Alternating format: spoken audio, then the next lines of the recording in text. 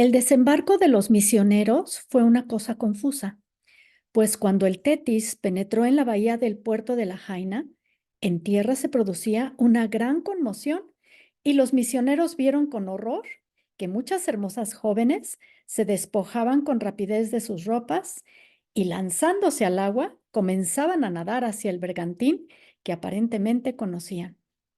Pero la atención de los ministros de Dios y sus esposas se concentró enseguida en una hermosa canoa, que a pesar de haber partido más tarde, alcanzó enseguida a las nadadoras y atracó al costado del bergantín. En ella había un hombre con una mujer completamente desnuda y cuatro preciosas jovencitas igualmente desnudas. Aquí estamos, gritó el hombre riendo mientras empujaba a las mujeres para que subieran a bordo. Aquí están mis preciosas hijas. No, no, gritó Keoki Kanako avergonzado. Estos señores son misioneros. Padre celestial, dijo Abner en voz baja a John Whipple, ¿son sus hijas? En ese instante, dos de las adolescentes vieron al viejo ballenero y al parecer tenían de él un buen recuerdo, pues corrieron por la cubierta llamándolo por su nombre y le echaron los brazos al cuello. Pero el viejo, al ver el terror de Jerusha Hale, intentó desprenderse de aquellos brazos.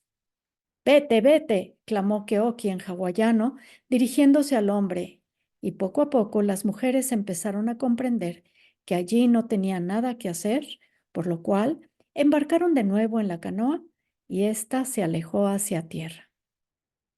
Conforme se cruzaba con las nadadoras, el hombre les gritaba, «Podéis volveros, no quieren chicas».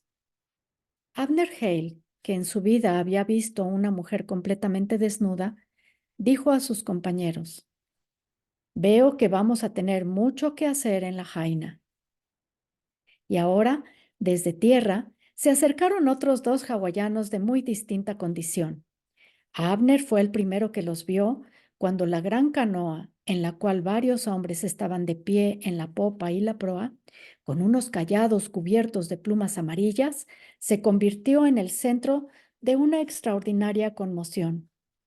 Los isleños se movieron agitados al aparecer entre ellos dos de los seres humanos más gigantescos que Abner hubiera visto en su vida.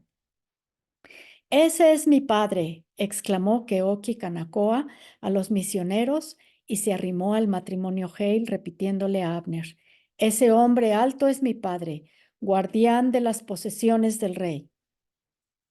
«¿Y quién es la mujer?», preguntó Jerusha. «Mi madre es la máxima autoridad de las islas. Cuando mi padre quiere hacerle una pregunta oficial, tiene que arrastrarse ante ella y yo también».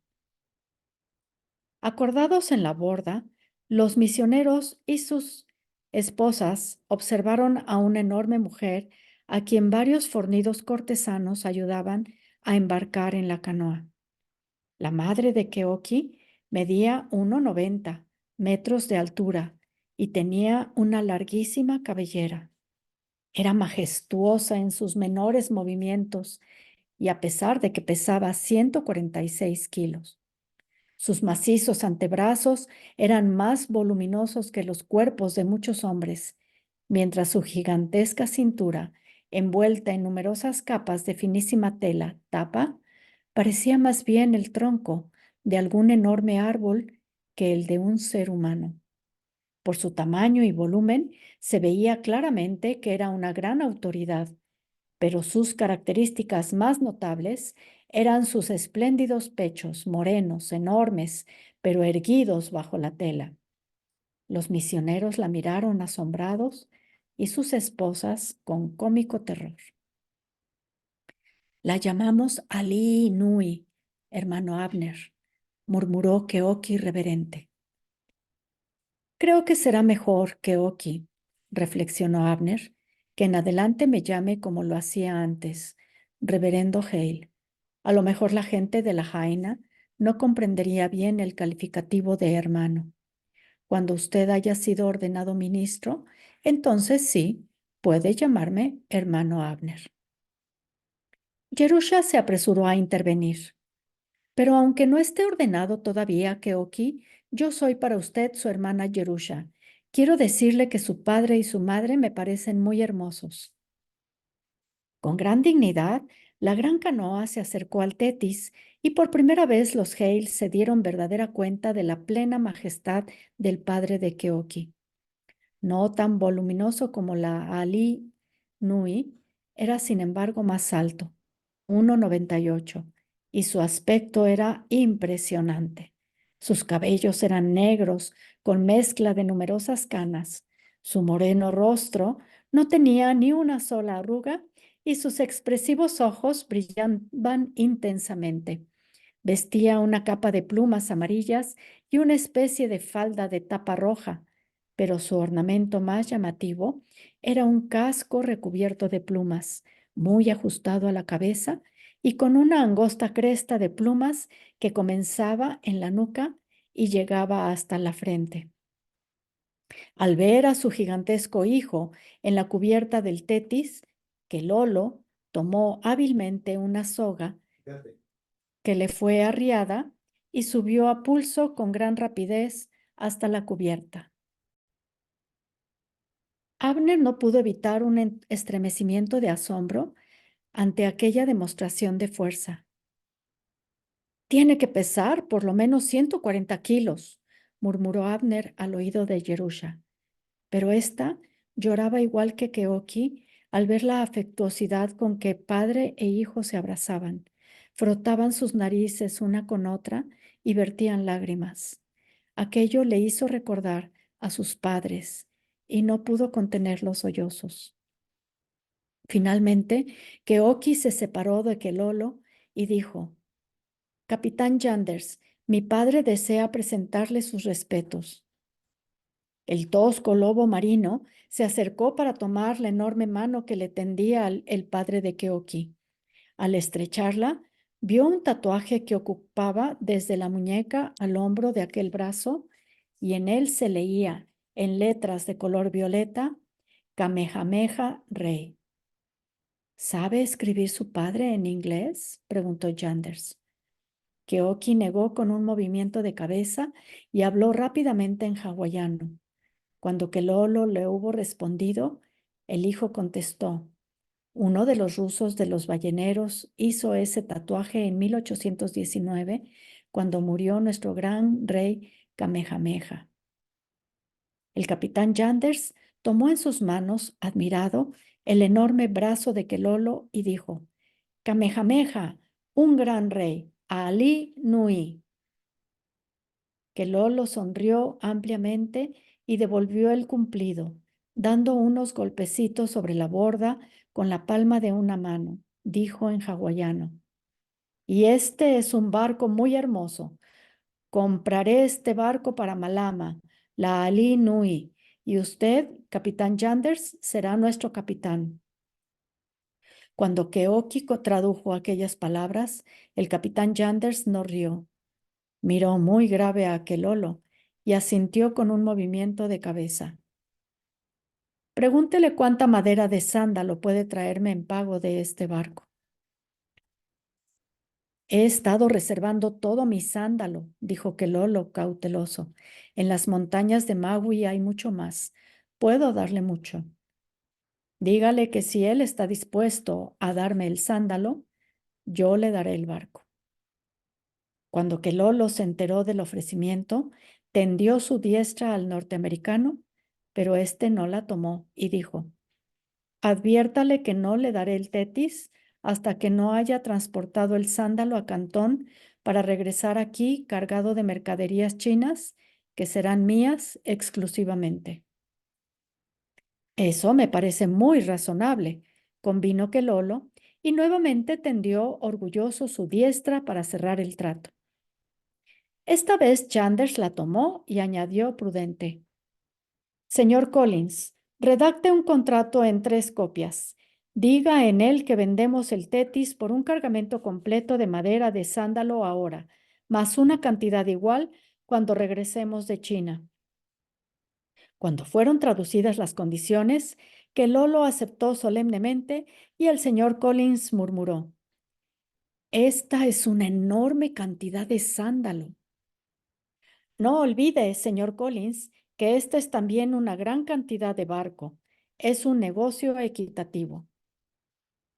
Se produjo una considerable conmoción al costado del Tetis y los misioneros corrieron a la borda para presenciar un extraordinario espectáculo.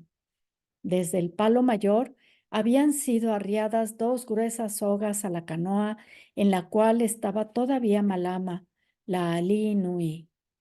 Los extremos de las sogas fueron atados a una especie de hamaca de gruesa lona que generalmente se empleaba para embarcar o desembarcar caballos o vacas. Ese día, la lona fue utilizada para que los hombres de la canoa colocasen en ella a su amada Ali Nui, a través de modo que sus pies y brazos pendían de los bordes de la hamaca, asegurando así su estabilidad mientras su enorme barbilla descansaba en la dura soga que servía de borde a la lona para que ésta no se desgarrase. ¿Listo? Preguntó el capitán Yanders. Listo, contestó un marinero. Por amor de Dios, que no vaya a caerse porque nos matarán a todos, agregó Yanders. Lentamente, con infinitos cuidados, la gigantesca Alinui fue izada al Tetis.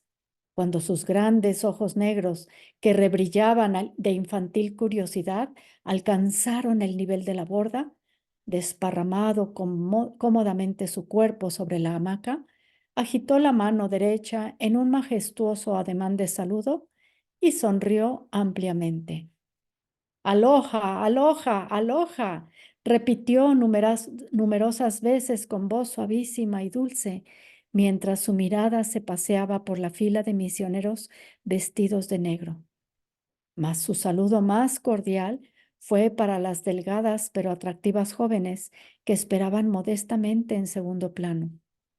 Casi se habrían necesitado 4 Amanda Whipple para igualar el volumen de aquella gigantesca mujer tendida en la hamaca de lona. Aloha, aloha, repetía con su voz musical mientras pendía ondulante sobre ellas. Cuando las sogas fueron arriadas con sumo cuidado, la hamaca descendió suavemente a la cubierta. Enseguida, el capitán Yanders, Kelolo y Keoki corrieron para recibir la carga, por temor a que la Ali Nui se lastimase, pero era tan enorme el volumen de la mujer que a pesar de los desesperados esfuerzos de los tres para contener la hamaca antes que tocase el piso, la misma bajó pesadamente, obligando a los hombres a caer de rodillas primero y por último de bruces. Sin la menor señal de perturbación, la noble mujer se puso de pie y recorrió con gran dignidad la fila de los misioneros, saludando a cada uno con aquel musical aloha, aloha. Pero cuando llegó a las desencajadas jóvenes, cuyo viaje podía imaginar y cuya escasez de peso advirtió de inmediato, no pudo contenerse y rompió a llorar. Tomando entre sus brazos a la pequeña Amanda Whipple, sollozó unos instantes y luego frotó su nariz con la de la misionera, como si ésta fuera su hija. Luego avanzó hacia cada mujer y por turno fue abrazándolas y frotando la nariz contra las de ellas, sin dejar de llorar. Por fin dijo con voz dulce algo que su hijo interpretó. Mis adorables criaturas, tenéis que considerarme siempre como vuestra madre. Hasta ahora, los hombres de vuestra raza solo nos habían enviado marineros, traficantes y pendencieros que nos han dado mucho trabajo, pero nunca mujeres. Ahora venís vosotras y comprendemos que las intenciones de los norteamericanos tienen que ser buenas por fin. Malama, la Ali Nui, el ser humano más sagrado y lleno de maná de Maui, esperó majestuosa que fuese traducido aquel saludo. Y cuando las esposas de los misioneros lo hubieron comprendido, Volvió a recorrer la línea repitiendo, tú eres mi hija, tú eres mi hija. Luego se desprendió lentamente las capas de tapa que envolvían su enorme cuerpo. Entregó el extremo a dos de sus servidores y les ordenó que fuesen alejándose de ella. Mientras tanto, empezó a dar vueltas como un trompo hasta quedar completamente desnuda. Se rascó con evidente alivio y luego indicó que deseaba acostarse. Eligió como lugar apropiado la hamaca de lona, pero cuando se tendió sobre ella boca abajo, los misioneros vieron, asombrados, que a todo lo largo de su nalga izquierda se podía leer en letras de color violeta, Kamehameha, rey, falleció 1819. Keoki preguntó a su madre algo sobre aquel tatuaje y ella se volvió para mirarlo. Se le llenaron los ojos de lágrimas y Keoki explicó, mi madre era la 19ª esposa de Kamehameha el Grande. Jerusha no pudo impedir la exclamación. Entonces venía a ser su concubina. En muchos sentidos, continuó Keoki. Malama fue la favorita del rey en los últimos años de vida de Kamehameha. Claro que, como ella era la Ali Nui, tenía derecho también a otros esposos. ¿Quiere decir que estaba casada con Kelolo al mismo tiempo? Preguntó Abner escandalizado. Claro, explicó Keoki. Kamehameha consintió porque mi padre era el hermano menor de Malama y su casamiento era esencial. Se dirigió a su madre y le dijo en voz baja que debía cubrirse el cuerpo porque los norteamericanos veían con horror a una mujer desnuda, y la Ali Nui consintió. Diles, exclamó con entusiasmo, que en adelante me vestiré como ellas. Pero antes de que Keoki pudiera traducir, Malama preguntó tranquilamente al capitán Yanders si le podía proporcionar un poco de fuego, y cuando se le llevó un brasero, arrojó a sus llamas toda la tela que había envuelto su cuerpo. Una vez consumida la misma, anunció grandilocuentemente, ahora me vestiré como lo hacen estas nuevas mujeres. ¿Quién le hará el vestido? Preguntó Abner intrigado. Con imperioso gesto, Malama señaló a Jerusha y Amanda, mientras decía, tú y tú. Dígale que lo harán con mucho gusto, murmuró Abner. Las dos mujeres misioneras hicieron una pequeña reverencia mientras respondían. Haremos su vestido, Malama, pero no tenemos tela. Malama hizo una seña a sus servidores y estos fueron a buscar varios bultos a la canoa. Ante los asombrados ojos de los misioneros y especialmente sus mujeres, Malama fue sacando de aquellos envoltorios piezas de riquísimas sedas de China. Por fin eligió una roja sobre fondo azul y señalando con un índice el vestido que llevaba puesto Amanda Whipple, anunció muy desenvuelta, cuando regrese a tierra, iré vestida así. Y una vez dada aquella orden, se quedó dormida, mientras los servidores agitaban sobre ella sus varas cubiertas de plumas para ahuyentarle las moscas y darle un poco de aire. Cuando despertó, ordenó a sus servidores que le trajeran de la canoa grandes calabazas llenas de alimentos, y mientras las esposas de los misioneros sudaban cosiendo aquel vestido, que parecía más bien una tienda de campaña, Malama se reclinó en la hamaca y empezó a consumir formidables bocados de cerdo asado, pan vegetal, perro cocido, pescado y unos 3 litros de poi color violeta. Cuando hubo consumido la mitad de la tremenda comida, los servidores empezaron a dar masajes a su estómago, manipulando lo ya ingerido para que dejase lugar a nuevos bocados. Y Malama gruñía feliz al sentir que la comida se posaba más cómodamente dentro de su cavernoso vientre. Las misioneras estuvieron cosiendo hasta la noche mientras sus maridos rogaban a Dios que Malama les recibiese bien y les permitiese establecer una misión en la Jaina. Pero los marineros del Tetis rogaban con no menor devoción para que tanto los misioneros como la gorda Ali Nui se fuesen, para que las muchachas que esperaban ansiosamente en tierra pudieran nadar hasta el bergantín y comenzar su trabajo acostumbrado. A las 10 de la mañana siguiente quedó terminado el enorme vestido azul y rojo, y Malama lo aceptó sin preocuparse siquiera de dar las gracias a las misioneras, pues vivía en un mundo en el cual todos menos ella eran servidores. El inmenso vestido fue bajado hasta entrarlo por la cabeza, mientras las largas cascadas de sus negros cabellos eran dejadas fuera para que cayesen sobre su espalda. La gran Ali Nui dio unos cuantos saltitos y se revolvió para introducirse en aquel extraño vestido. Luego sonrió ampliamente y dijo a su hijo Keoki: Ahora ya soy una mujer cristiana. Volviéndose a los misioneros, añadió: Hace mucho tiempo que estamos esperando que ustedes nos ayuden. Sabemos que hay una manera mejor de vivir y queremos que ustedes nos instruyan. En Honolulu, los primeros misioneros ya están enseñando a nuestro pueblo a leer y escribir. En Maui, yo seré vuestra primera discípula.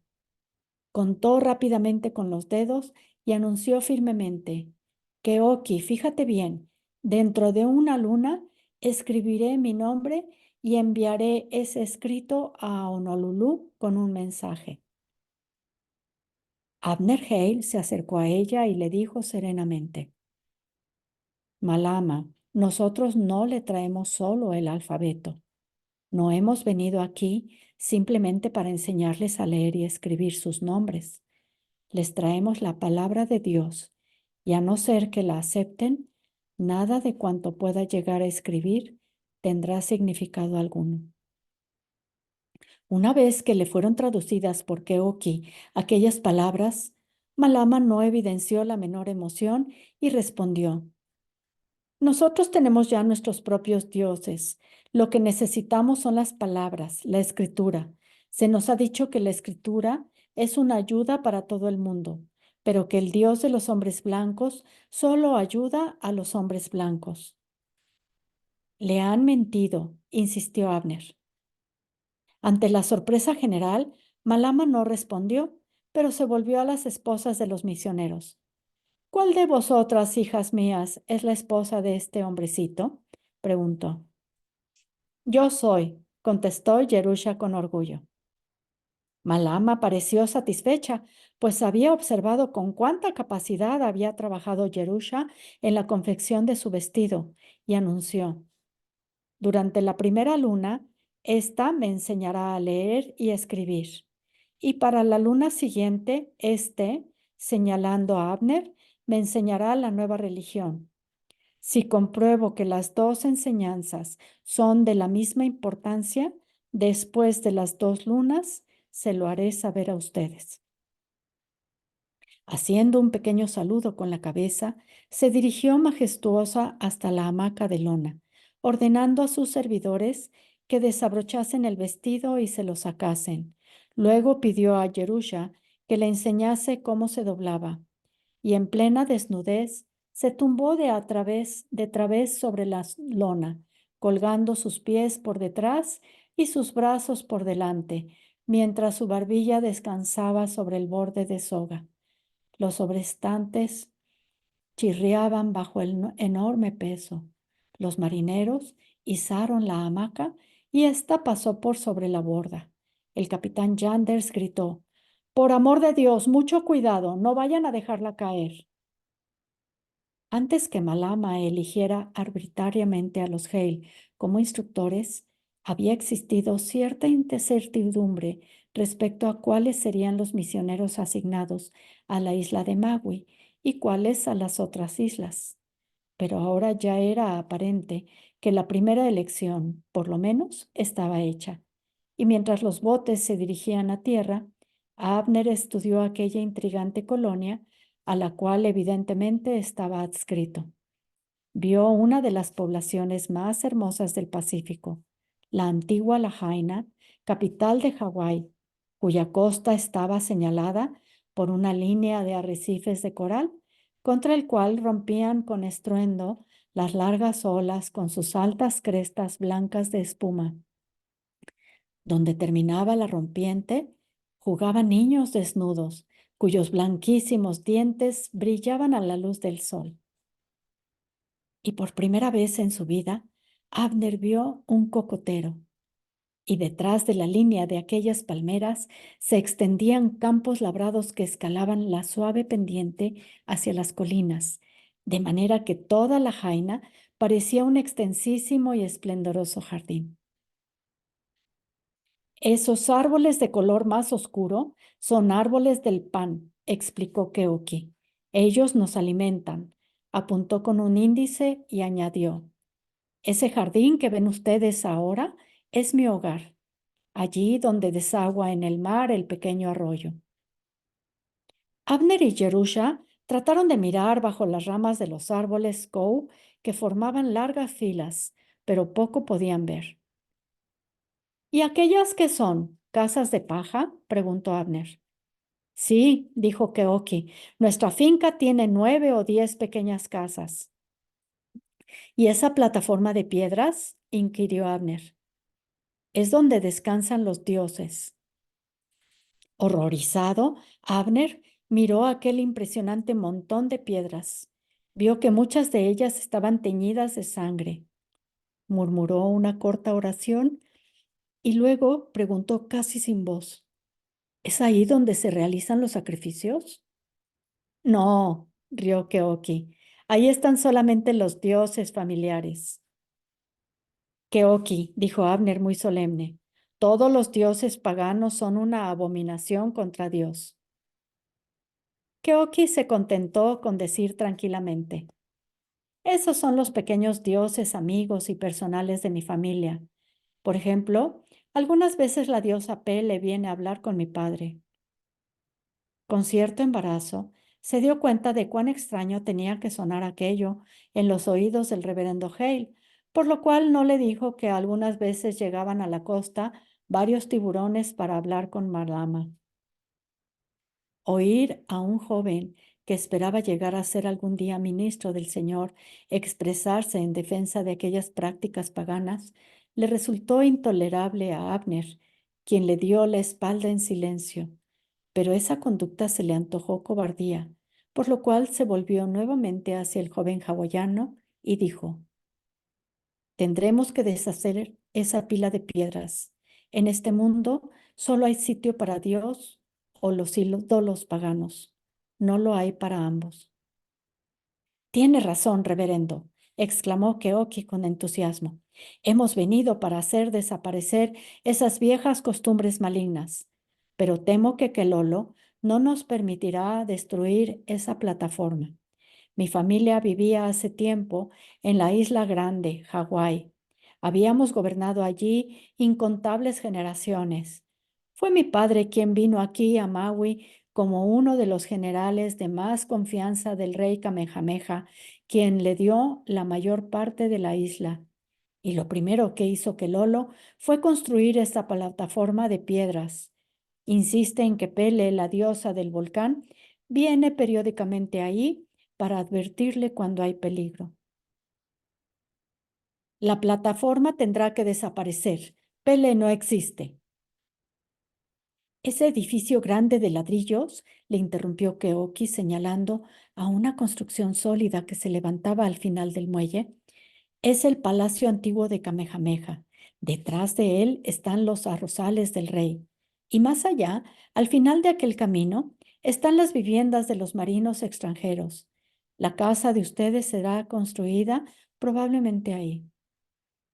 ¿Hay europeos en la población? Sí, individuos proscritos, constantemente ebrios.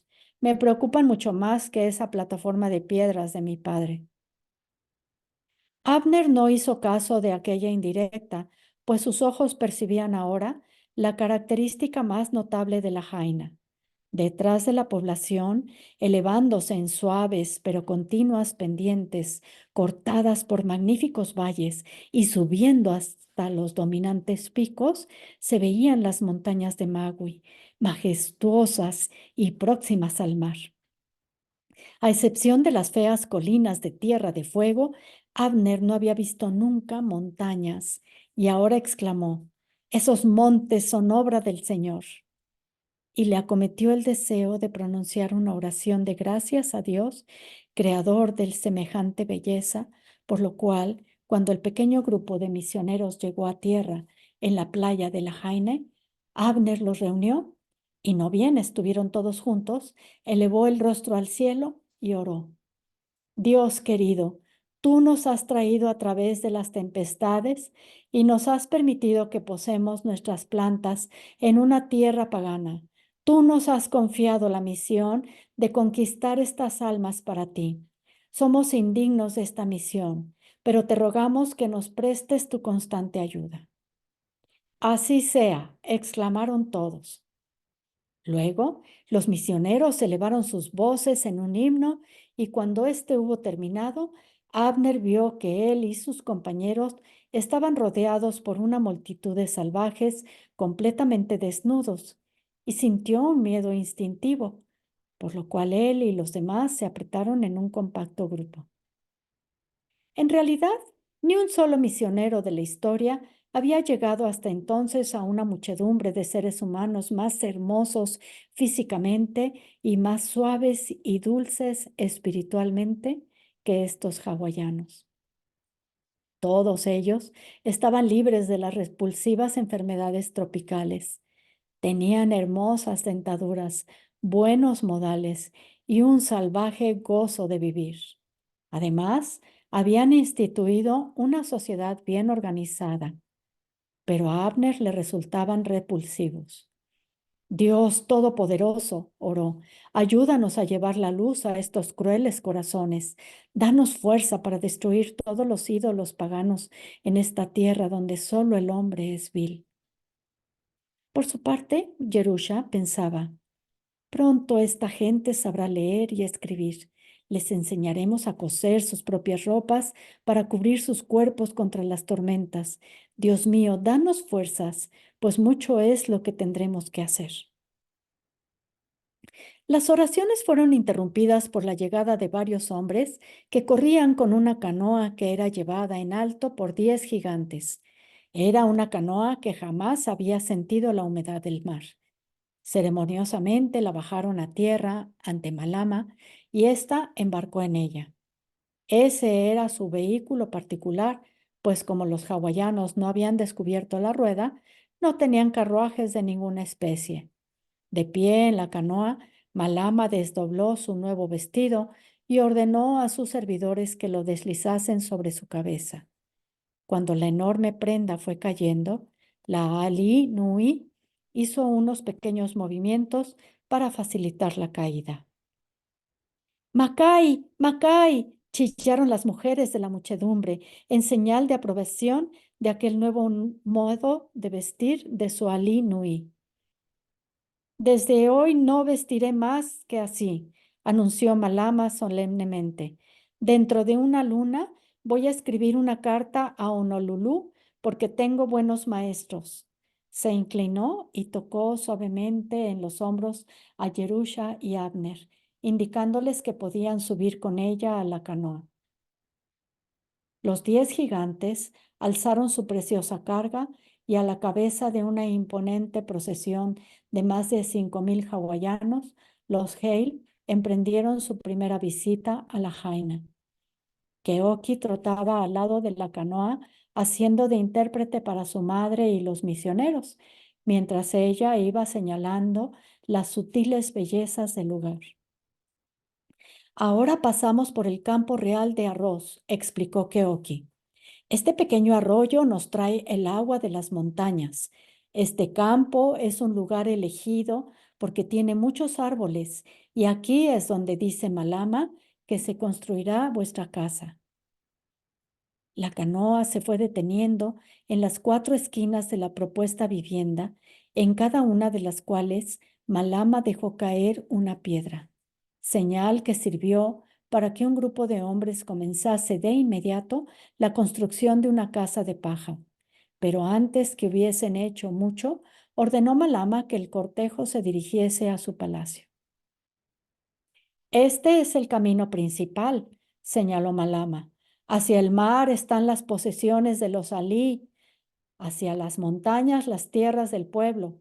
En este gran parque vive el rey cuando viene a Maui. ¿Qué son aquellas diminutas chozas de paja? Parecen perreras, dijo Abner. Al traducírsele la pregunta, Malama lanzó una carcajada y respondió: Esas son las casas del populacho. Parece imposible que quepa una persona en ellas, argumentó Abner. La gente del pueblo no vive en las casas, no como los alí en sus misiones, explicó Malama. Guardan sus tapas en ellas y solo duermen en el interior cuando llueve. ¿Y el resto del tiempo dónde viven? Abriendo sus inmensos brazos en un ademán grandilocuente como para abarcar toda la isla, Malama respondió: Viven bajo los árboles, a las orillas de los ríos, en los valles. Y antes que Abner pudiera reflexionar sobre aquellas palabras, la canoa llegó a un espacioso y lindo parque encerrado por un muro de unos 90 centímetros de altura.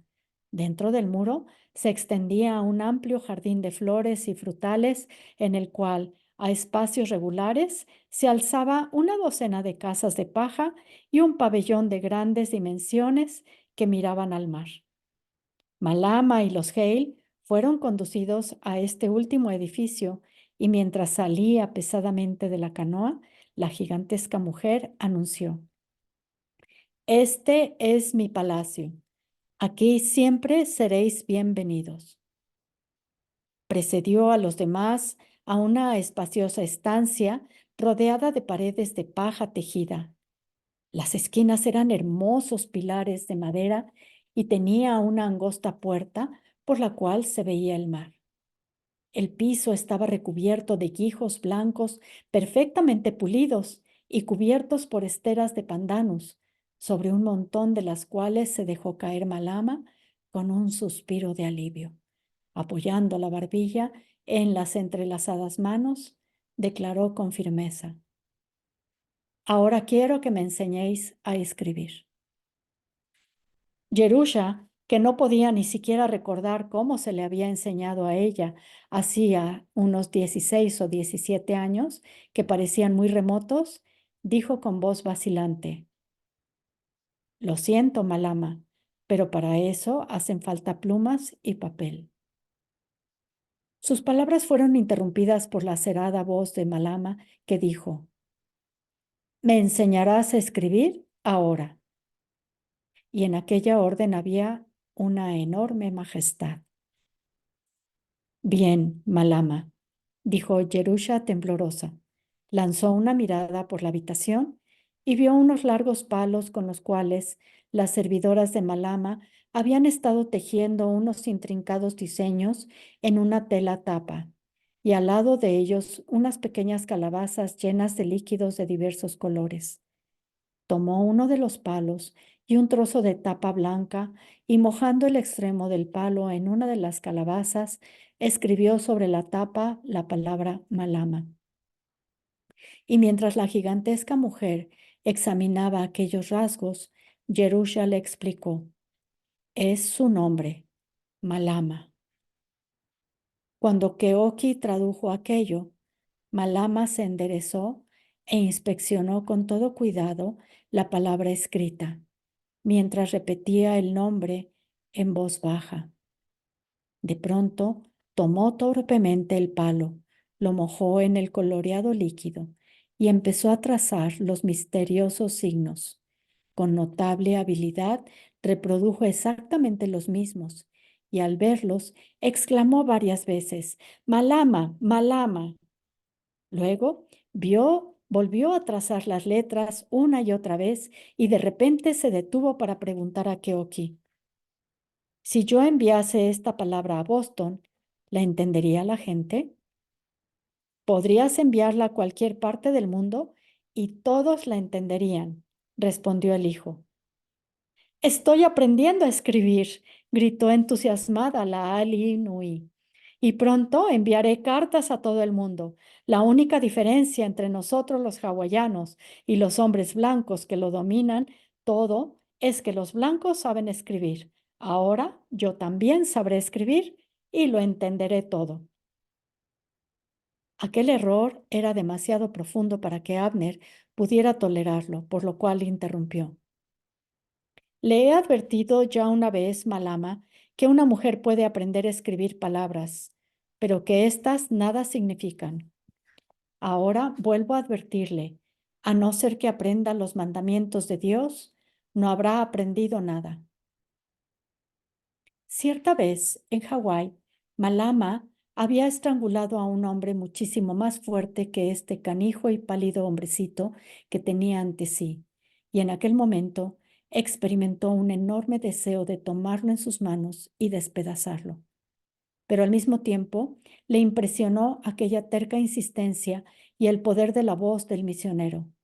Pero lo que era todavía más importante, sospechaba que él tenía razón. El mero hecho de saber escribir era demasiado fácil. Tenía que existir una oculta magia adicional que no imponía. Y estaba a punto de escuchar al pequeño hombre cojo cuando éste extendió un brazo y señalándola con un rígido índice, gritó: Malama, no se limite a aprender a dibujar los trazos de las palabras. Aprenda también lo que significan. Su tono resultaba insufrible, y con un brusco movimiento de su inmenso brazo, más grueso que el cuerpo de Abner, lo derribó de espaldas. Volvió a tomar el palo y el trozo de tapa y escribió furiosamente. Soy capaz de escribir mi nombre, gritó entusiasmada, pero al hacerlo, las persuasivas palabras de Abner parecían perseguirla y repentinamente arrojó lejos de sí el palo y se acercó al lugar donde él se hallaba tendido en el suelo. Se arrodilló a su lado, estudió su rostro unos instantes y luego dijo suavemente: Creo que dices la verdad, Makua Hale. Espera, Makua Hale, cuando haya aprendido a escribir, entonces te llamaré. Y enseguida ordenó a Jerusha con tono cariñoso: Sigue enseñándome a escribir. La lección se prolongó por espacio de más de 3 horas hasta que Jerusha se detuvo agotada. Cuando llegó el momento de la partida del Tetis, casi toda la población de la Jaina se congregó para despedir a la nave, y la orilla del mar apareció cubierta literalmente de bronceados cuerpos que seguían hasta los menores movimientos de los viajeros. Por fin, los 20 que se dirigían a otros lugares se reunieron en el pequeño muelle de piedra para entonar sus dulces canciones de despedida y sus himnos religiosos. Y al alzarse a coro sus voces, los hawaianos escucharon no solamente melodías agradables, sino el espíritu mismo del nuevo Dios, sobre el cual Abner y el hawaiano Keoki Kanakoa habían comenzado ya a predicar. Cuando Abner y Jerusha vieron que John Whipple se disponía a embarcarse, no les fue posible disimular su aprensión, pues era el único médico en las islas, y ausente él, Jerusha sabía que cuando le llegase el momento de dar a luz, el éxito de su parto dependería exclusivamente de que su joven esposo hubiera aprendido bien las lecciones que le había impartido Whipple. El médico, dándose cuenta de aquella preocupación, prometió: Hermana Jerusha, haré todo lo que pueda para volver a Maui a tiempo para ayudarla en su trance. Pero recuerde que al otro extremo de la isla estarán el hermano Abraham y la hermana Urania. Y puesto que su parto no coincidirá con el de usted, podrán ayudarse la una a la otra. Jerusha y Urania ya se habían prometido esa ayuda, pero también sabían que iban a estar separadas por muchos kilómetros de montañas o por peligrosos mares. Acrecieron los lamentos de la multitud, pues por el camino que llevaba hacia el sur, a las posesiones de los Alí, avanzaba la canoa terrestre de Malama, a hombros de sus 10 gigantescos servidores, y ella, cubierto su inmenso cuerpo por el vestido que Jerusha y Amanda le habían confeccionado, lloraba más que ninguna otra de las mujeres. Descendió de aquel extraño palanquín y se acercó a cada uno de los misioneros que partían para decir: si en los lugares de las islas a donde vais no halláis un hogar cordial, volved a la Jaina, pues sois mis hijos y os amo profundamente.